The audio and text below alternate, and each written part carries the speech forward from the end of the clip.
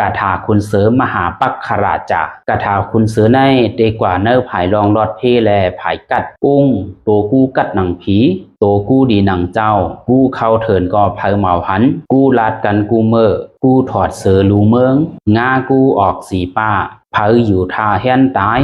กัดเสียกัดกาถาคนเสือในเพราะว่าลอดกลางวันเฮาอยู่กลางแจ้งเห็นนาขึ้นผ้าเสลอดมือหลอดเย้านั่นซบลาดว่าเนอกุนกำผาในเกาเหย่อเลือเสเปิ้นเกาเป้เปิ้นตั้งหลายอันเหย่อเลือเสเกาในมีขุนกลางวันในกล้วยยาวว่าในเสเอาตินตึบเนือดินเมือง3กำเส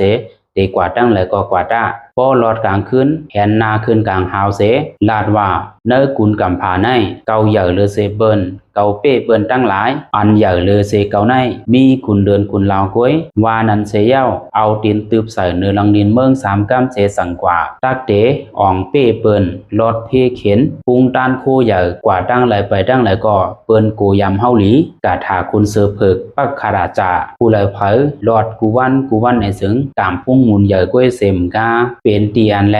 เปิ้นนับย้ำโกย้ำอันกัดถูกดีรอดย่าเมอเดออกข้าวตั้งในสังเดออกนาซึกและสังเส้นตั้งอันแลเฮาเตกว่าแลจังมีเพศนั้นถูกดีรอดไว้ตาเฮกังโตอยู่ยาว